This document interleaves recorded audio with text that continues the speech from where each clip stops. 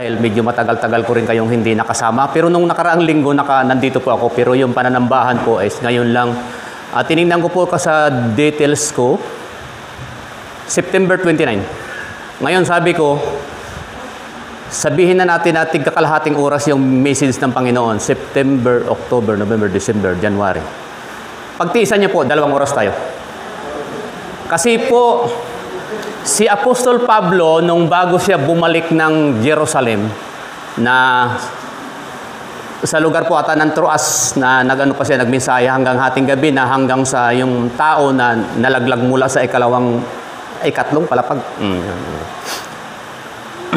Sabi po ng isang tao, salubungin nyo ang liwanag. Kayo mga nasa liwanag, salubungin nyo yung paparating na liwanag at ibahagi ninyo sa mga taong nasa dilim pa. Ito, palagay ko, kabisado ito at nabasa ito ng mga nag-aaral pa ngayon. Yun po yung binigkas na mga salita ni Dr. Jose Rizal. Minuto na lang, o segundo na lang, bago pa siya barilin. Medyo matalinhaga po yun kasi sa lugar po na yun, nung talagang binaril siya doon, hindi natin alam kung ilan lang po yung mananampalataya doon. Pero sure ball po, siya mananampalataya, kaya nga siya nabaril eh. Pero hindi po niya ipinagpalit yun. Yun po yung sinabi niya, na tayo ngayon, na nandito sa liwanag, kailangan manatili tayo na sa liwanag at ipamahagi natin yung liwanag na ibinigay sa atin ng Diyos sa mga taong nasa dilim pa. Kung ipagkukumpara, kanina tinitingnan ko, kung ipagkukumpara yung ating bilang sa iba, excuse me po, medyo kakaunti tayo, pero lagi po nating alalahanin, lagi na lang po natin titignan sa Bible, yung sinabi ng Panginoong Jesucristo na, makipot ang pintuan para sa katotohanan at malapad ang pintuan para sa mga makasalanan. Salamat po dahil kahit kaunti man tayo, at least nasa katotohanan po tayo. Yun po yung bagay na dapat nating ipagmalaki dahil nasa katotohanan po tayo. Okay? Yung inihanda po ng Panginoon, kapatid, sa unang Tesalonica 5:18.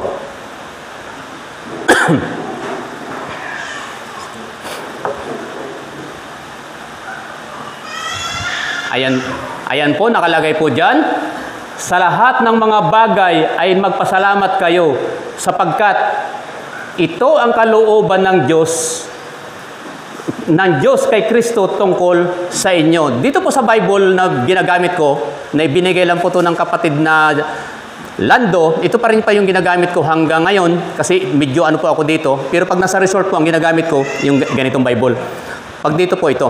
Ang sabi po doon dito, ipagpasalamat ninyo ang lahat ng pangyayari. Ganun din po yan.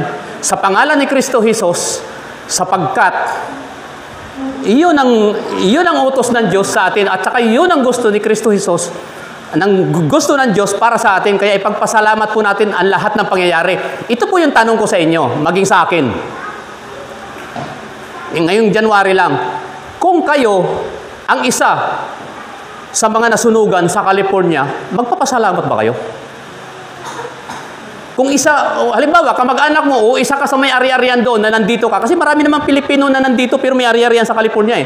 Meron yan, marami yan. Yung mga tolpo, meron yan eh. Ngayon, magpapasalamat ka ba? Magpapasalamat ka ba, kapatid? Milyon. Meron doon mga Hollywood actor. Bilyon. Nakikita mo, tinutupok ng apoy. Yung pinaghirapan mo ng ilang taon. Ang iba siguro doon, naghirap ng mga 5 dekada, mga 3 dekada, bago na ipundar yun. Nakikita mo na tinutupok ng apoy. Ano kaya sasabihin mo? Palagay ko lang siguro may mga nagsabi doon, Lord, galit ka ba sa akin? Meron siguro nagsabi doon na, sana hindi ko na lang nakilala ang Diyos, kasi ganito rin lang pala. Pahihirapan lang yung loob ko. Di ba? Sigurado ako may nag-iisip ng ganun eh. Ipagpapasalamat mo ba? Pero yun po ang sinasabi. Huwag nyo na lang po ilipat, kapatid. Sa ano yan eh, sa 16, ang sabi po yung 16, magalak kayong lagi. Sa 17, maging matyaga sa pananalangin. Sa 18, ito po yung sinasabi. Ipagpasalamat ninyo ang lahat ng pangyayari sa pangalan ni Kristo Jesus dahil iyon ang ibig ng Diyos. Kaya ngayon ang tanong, dahil ilang linggo pa lang nakalipas nang masunog ang California. Magpapasalamat ka ba? Yun po yung tanong sa atin. Kung isa ka sa mga may ari-arian doon na nasunog. Pero, yun po talagang utos ng Diyos eh. Magpasalamat dahil hindi natin alam kung ano talaga yung plano ng Diyos sa buhay mo. Dahil ang kaligtasan, kaya nga po kanina binanggit ni Pastor, ang kaligtasan po talaga ay individual. Hindi po pwedeng isacrifice ng isang tao na kung hindi ka atin, pakiano mo na lang doon. Hindi po talaga pwede yun. Dahil po, lahat tayo ay mamamatay sa katawan lupa at pagkatapos mabubuhay para humarap po sa ating Panginoon. Yun po yung sinasabi. Okay. Kapatid, ano sa Job verse sa Job 1:20-22. Job. Nang magkagayon, bumangon si Job at hinapak ang kanyang balabal at tinahitan ang kanyang ulo at nagpatirapa at sumamba. Sa 21 po. At sinabi niya, yan. Alam po natin yan. Alam ninyo yan. Kung bakit nangyari kay Job yan at kung bakit niya sinabi yan. Hubad akong lumabas sa sinapupunan ng aking ina. Hubad din akong haharap sa aking Panginoon.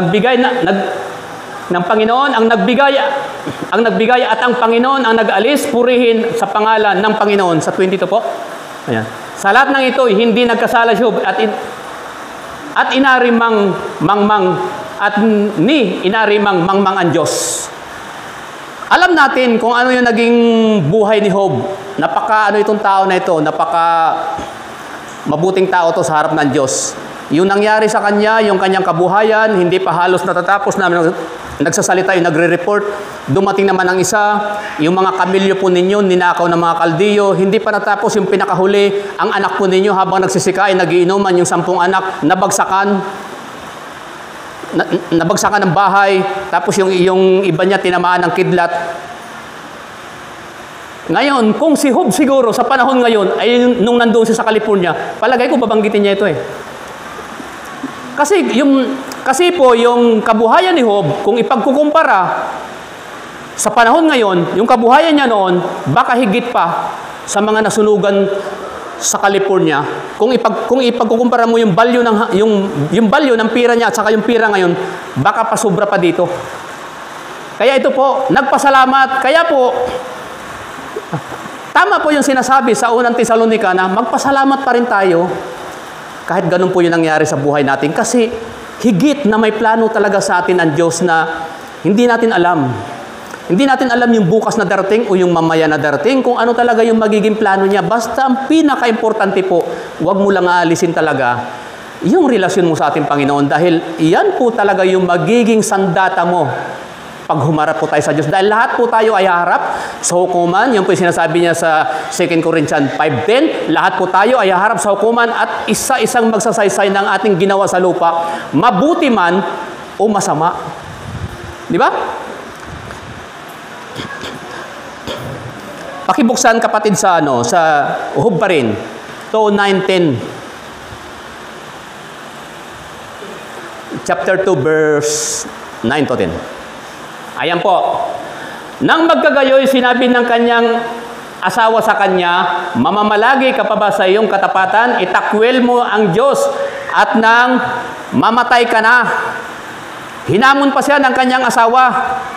Ibig sabihin po may mga asawa din po pala na sorry po sa mga asawa, kasi lalaki si Job eh. Siyempre lalaki kami. May mga asawa din po pala na demonyo sa buhay ng, pasensya po sa term na gagamitin ko. Pero hindi, ginamit lang po talaga siya dyan ng Diyos at ginamit din po siya ni Satanas. Pero yan po yung sinabi. Tapos sa talatang 10, kapatid, yan. Ngunit sinabi niya sa kanya, ikaw na magsasalita gaya ng hangal na babae, tatanggap ba tayo ng mabuti sa kamay ng Diyos? Hindi tayo tatanggap ng masama. Sa lahat ng ito, hindi nagkasala si Job. Kasi nga, pag may dumating sa atin, problema po yan eh. Pag may dumating sa atin, kailangan talaga lahat tanggapin natin bilang isang Kristiyano. Lalo na po kung ang nakapaligid sa atin ay hindi mga Kristiyano. Tayo po yung magiging sandata eh. Kaya nga sabi sa aklat ng Pedro, Yun lang yung araw-araw na malinis, nadagdag lang po ito, yun po yung araw-araw na malinis na pamumuhay mo. Hindi mo na kailangang ipahayag sa mga kapitbahay mo o sa mga kamag-anak mo. Makita lang yung araw-araw na pamumuhay na malinis na nakakalugod sa Diyos.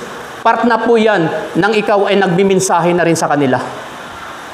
Kaya po, kailangan po siguro pagka nakakaangat tayo sa buhay, pag kami kapitbahay sa atin na siguro, pag nangungutang, huwag na lang natin tanggihan, para makita talaga na mabait tayo. Kasi ganun po yung iba eh. Pagka lagi kang open ka, minsan sasabihin ka, ang bait-bait nito. Pero pag subukan mo minsan na hindi ka nakapahiram, baka pagchichismis ka pa na ang sama ng ugali nito. Di po ba? Di ba may mga ganun? Okay. Yan po. Hindi po nagkasala si Job. Bagkos, nagpasalamat siya sa ginawa ng Diyos sa kanya. Kung babasahin po natin ang aklat ni Job, magugulat ka dahil nung bandang huli, yung binigay sa kanya ng Diyos, doble pa kaysa dito sa nawala sa kanya. Yung 10 anak niya, binalik ng Diyos yun. Namatay siya ng 147. Lahat ng kabuhayan niya, dinubli pa yun. Ginto, mga hayop, dinubli pa yun. Dahil nga sa pagsunod ni Job, na yun din ang inuutos sa atin ngayon. Si Job, ginamit lang na part sa Bible, pero sa panahon po natin yun, tayo po yung tinutukoy doon. Nagayahin po natin ang naging pamumuhay ni Job. At gagayahin din po natin yung naging pananampalataya ni Job. Amen ba? Sige po, may 20 minutes pa, wala pa. 2 oras pa, di ba? Okay. Kasi po, minsan lang naman ako dito pagka nakabalik na ako sa trabaho, madalang nyo na ako makakasama. Pero, ang importante po, patuloy po tayo dahil doon po sa resort, every Wednesday ng gabi, yan, meron po talaga. Pagka hindi po ako naka-attend dahil minsan po sa trabaho, nandito ako, pagdating ko, pabalik ko po doon, basta every week po talaga yan. Mayroon po. Pasamantalahin ko lang yung pagkakataon, baka makalimutan ko mamaya. Nagpapasalamat po ako isa-isa sa inyo dahil po alam ko ipinagpipre niyo ako. Dahil po yung gawain ng Panginoon sa resort, hindi ko pong makakaya yung kung ako lang po mag-iisa. Kaya po nagpapasalamat ako bawat isa sa inyo, sa mga wala dito, na yung pag-pray nyo kay kapatid na John, na patuloy na gamitin po niya doon sa resort, sa pinagtatrabahoan dahil po unti-unti na maraming nakaka-attend na mga dating hindi mga umatin, ngayon umatin na sila, nagpapasalamat at saka pagka meron pong mga meeting sa resort, meron pong mga pagtitipon, isa po yung inyong lingkod na ginagamit na bago magsimula, tatayo muna para mag-pray na dati po hindi yun. Kaya isang malaking pribilehiyo po yun ay binigay sa atin ng Panginoon, pero dahil din po yun sa tulong ninyo mga kapatid. Okay? Lahat po ng pangyayari sa buhay natin ay ipagpasalamat. Okay? Pakibuksan po kapatid sa Genesis 45, chapter 45, verse 4. Makikita po natin dito na dapat po magpasalamat tayo sa mga verse po na ito. Yan. At sinabi ni Jose sa kanyang mga kapatid, lumapit kayo sa akin, isinasamo ko sa inyo, at sila'y lumapit at kanyang sinabi, ako si Jose, ang inyong kapatid, ang inyong ipinagbili upang dalhin sa Ehipto. Kilala po natin si Jose. Sinumbatan ba ni Jose ang kanyang mga kapatid? Hindi po.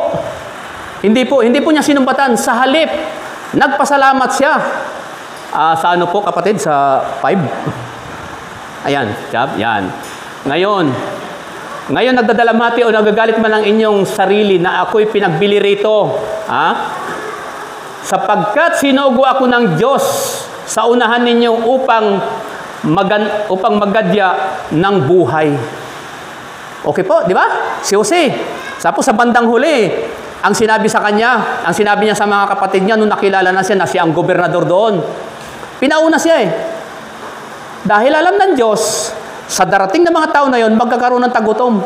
Kung hindi di ba pinasalamatan pa nga niya, na inihulog siya sa balon, pagkatapos nakita yung mga Ismailita na papunta ng Ehipto na mga ngalakal, na yung may mga hila-hilang kamilyo, ipinagbili siya, nung hinubaran siya, hindi siya tumanggi. Sumunod talaga sa kalooban ng Diyos. Nung naging gobernador na siya, sabi ko nga, siguro kung ako yung naging gobernador at pumunta yung mga tao na naghamak sa akin, hindi ko po masabi kung ano. Hindi ko po masabi. Pero sa katayuan po ni Jose, hindi. Ang sabi niya, hindi kayo ang nagpadala sa akin dito. Kasi pwedeng sabihin ng mga kapatid niya na dahil sa pagmamalupit namin sa iyo, kaya ka nakarating dito. Pero hindi po. Ang sinabi niya, hindi kayo ang nagpadala sa akin dito, ang Diyos, para hindi malipol ang ating lahi sa gutom. Sa ano po? Sa 6? Kapatid, yan. Sapagkat may 2 taon ang kagutom ay nasa lupain at may 5 taon pang hindi magkakaroon ng pagbubukid o pag-aaniman. Dahil sa lugar na yon, talagang pinagpala si Jose. Di ba? Ikinulong siya. After na makulong, nakilala siya. Hinulaan niya yung, paiksin na lang po natin, hinulaan niya yung napanaginipan ng paraon. Nasabi niya sa paraon, maghalal po kayo, maghirang po kayo ng matalinong tao para siya yung mamahala. Pero niloob ng Diyos, anong sabi? Walang tutulad dito sa Ehipto na katulad mo. Ikaw na ang mamamahala. Ako ang gobernador, ikaw ang pangalawa. Ngunit kung wala kang pahintulot, walang pwedeng mangyari sa Ehipto. Amen. Na yan din po yung mangyayari sa atin pagka niloob ng Diyos. Na tayo po, katulad ko po, niloob na ng Diyos. Ilang taon na po ako sa resort from 2012. Pero nagkaroon po ng gawain 2019. Dahil niloob na ng Diyos na magkaroon ng gawain. Dahil doon sa isang tao, nung makita niya ako na nagbabasa ng Bible, sabi niya, marunong ka palang magbasa ng Bible Cup? Sabi ko, oo naman. Sabi niya, pwede kitang i-invite bukas. Sabi ko, sige. Nung in-invite na, punta na ako. Ang dala kong Bible, yung maliit lang. Hindi ko pa dala ito. Kwentuhan kaming dalawa. Ang inasahan ko nga atin siya lang. Pero mga kapatid, 4 yung unang natandaan kong dumating. July 29, 2019. Yun na nagtuloy-tuloy na. Kasi niloob na ng Diyos. Niloob na ng Diyos na makilala niya yung gawain. Yung gawain na ipinagkaloob sa atin dito na madala doon. Yun po yun. Ganon din po yung kay Jose. Sa halip na maghiganti siya sa mga kapatid niya, niloob pa, nagpasalamat pa siya. Okay? Pakiano kapatid sa talatang 7. Yan po yung sinabi. At sinugo ako ng Diyos sa unahan ninyo upang panatilihin kayong pinakalahi sa lupa at upang iligtas kayong buhay sa pamamagitan ng dakilang pagliligtas sa po. Yan. Hindi nga kayo ang nagsugo sa akin, ito na. Kundi ang Diyos. Ang Diyos. At Kanya akong ginawang ama kay Paraon. At Panginoon sa buo niyang bahay. Yung Panginoon po, yung small letter po yan. At tagapamahala ng buong lupain ng Ehipto. Na sa panahon ngayon, Ehipto pa rin po ang pangalan yan. Egypt po yung sa English. Okay. Yan po yun. Kaya nga po, kanina, yung sinabi ko, ito po, ito talaga, nasa Bible talaga ito. Kung kayo ang isa sa mga nasunugan at isa sa mga may kamag-anak na nasunugan, magpupuri ka pa ba sa Panginoon? Yun po yung hamon na natin sa inyo, hamon ko sa inyo at hamon na rin sa akin ng Diyos. Magpapasalamat ka pa ba dahil doon sa nangyari? Pero ito po yung katunayan, yung mga verse na ipinagkaloob ng Diyos sa atin ngayon, ito po yung mga katunayan na kung ano man po ang nangyayari sa buhay natin, magpasalamat pa rin po tayo dahil ito po yung mga salita ng Diyos na ginamit po niya sa matandang tipan hanggang po sa bagong tipan. Kaya po, magpasalamat pa rin tayo. Dahil wala po, kung tutuusin po, wala po talaga tayong karapatan magreklamo sa Diyos. Pero tayo, hindi robot na pwedeng pigilan ng Diyos magsalita. Pero ang totoo po, wala po talaga tayong karapatan magreklamo sa Panginoon. Dahil siya po ang nagbigay ng buhay. Yung paggising mo pa lang sa umaga na nakita mo uli ang mundo, yung sa maghapon na pagtatrabaho mo na iningatan ka, yung pagmumotorsiklo mo na iningatan ka. Minsan, ang problema sa tao, hindi niya ma-appreciate. Hindi niya ma-appreciate. Kadalasan sa tao, nangyayari din po yan sa mga Kristiyano, hindi ma-appreciate yung mga bagay na ganon. Ang na-appreciate lang kadalasan ng tao, kung ano yung hiningi niya sa Diyos na ibinigay. Di ba? Hihingi ako sa Diyos ng eroplano. Halimbawa, eroplano. At hindi na ibigay. Pero pag ibinigay yun, sa kanya lang ma-appreciate. Pero yung bang mga bagay na yung... Marami po kasi, hindi mo ma-appreciate. Kadalasan po sa tao, hindi niya ma-appreciate yun.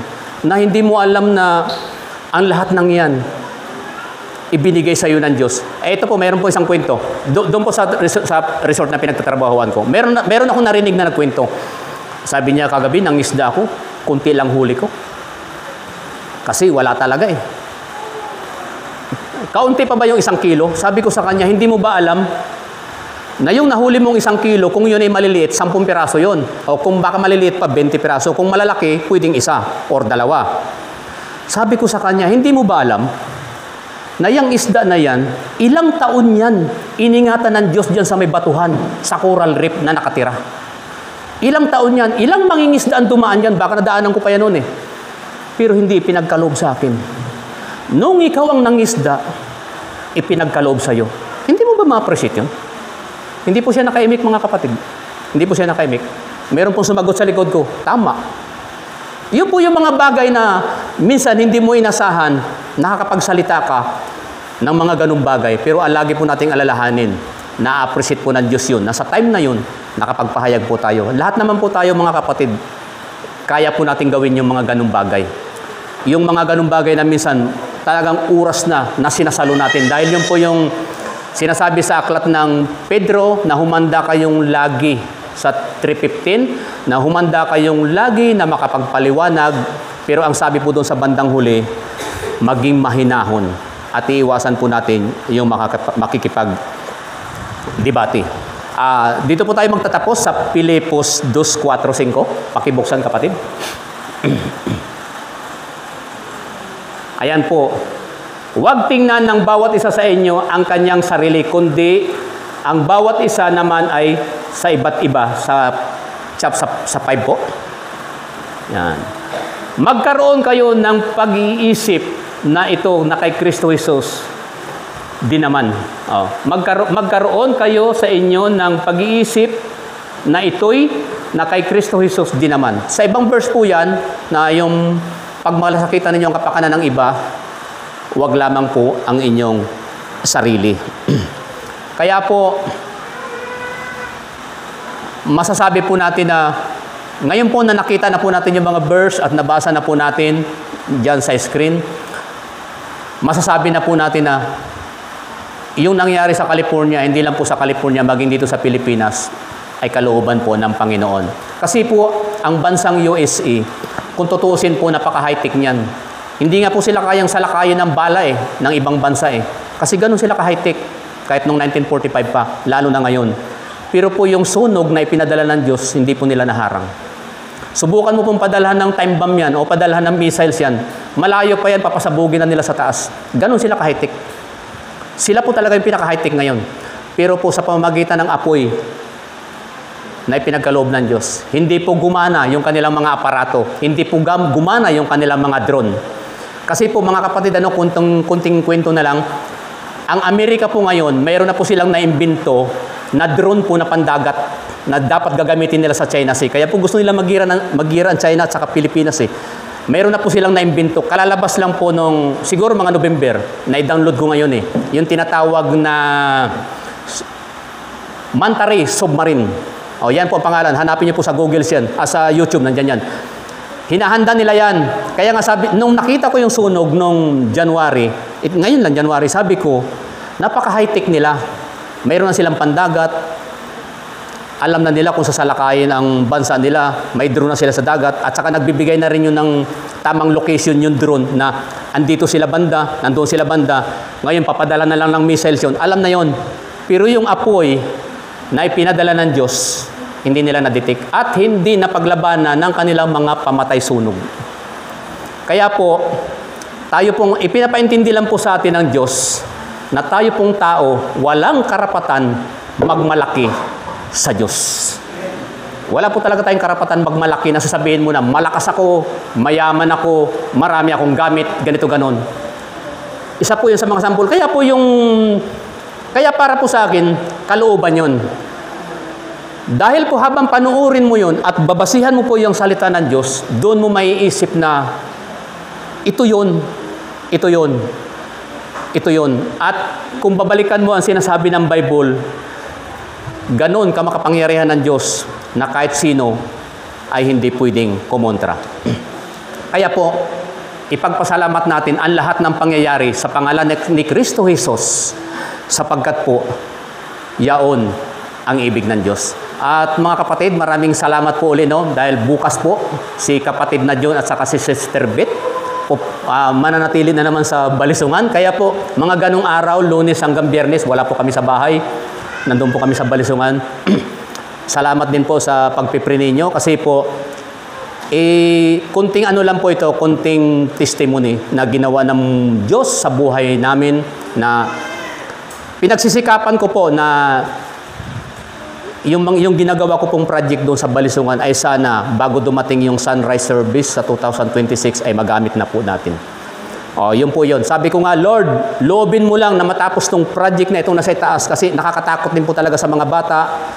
Siguro sa mga senior, hindi nakakatakot dahil mga senior, masyadong maingat yan eh. Pag nakakita ng ganun, maingat na yan eh. Yung mga bata, nasabi ko nga, baka mahulog. Kaya yun po yung project na ginagawa ko doon. Bukas, magwi-welding na naman si Brother John. Yun po yun. Si Sister Bit naman yung sa ibang mga bagay. Pag natapos po yun, ang pangarap ko po, sabi ko sa kanya, sa sunrise service sa 2026 na sa kabuyatan ninyo ginanap nung nakaraan, sana doon na mangyari sa Balisungan. Wala pong problema doon, may tubig tayo doon, may CR. Ang problema lang po natin doon yung pag-akyat sa hagdan. Pero sa tingin ko naman po, kayang-kaya. Kayang-kaya po. Dahil nga si Sister Bit, malakas pang umakyat doon eh. Nagdadala pa nga ng isang balding tubig yan doon eh.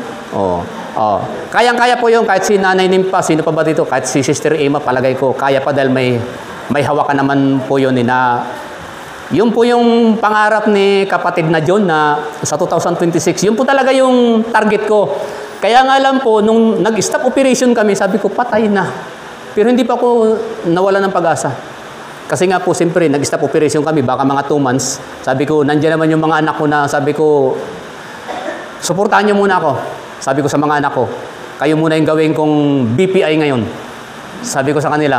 Pero sabi ko, kalooban ng Panginoon dahil po, kahit po ganun yung nangyari, sa totoo lang po talaga nung pag-announce doon at 1 month o 2 months, kasi pag ang pyesa ng generator ay mabili sa Singapore, 1 month. Pag ang pyesa ng generator doon ay mabili sa USA, 2 months. Kaya marami po talaga nag-react dahil nga po siyempre hanap buhay. Pero ako po hindi pa ako nag-react. Okay lang po sa akin. Masaya po ako yun kasi sabi ko, niloob na ng Diyos yun. Niloob na ng Diyos yun para matrabaho ko yun. Pag natrabaho ko yun, para sa gawain ng Panginoon yun. Yun po yung kinakatuwa ko na sabi ko, pupunuan ng Diyos yun kung ano yung mga pagkukulang doon para sa 2026, magamit na po natin yun sa sunrise service. Sabi ko nga kay Sister Bit, sana dumami yung pera natin. Pero sabi ko, Lord, patawad, para palagyan natin ng escalator, para lang gamitin ng yung mga hindi na makaakyat. Pero sabi ko, para na rin ininsulto ko yung mga senior. Pero sabi ko, hindi, kayang-kaya yan. Sabi ko, kaya-kaya. Purihin po ang Panginoon at salamat po sa mensahe ng Panginoon na ibinigay sa atin na magpasalamat po tayo sa lahat ng pangyayari sapagkat yung pangyayari na yun ay niloob po sa atin ng Diyos. Amen.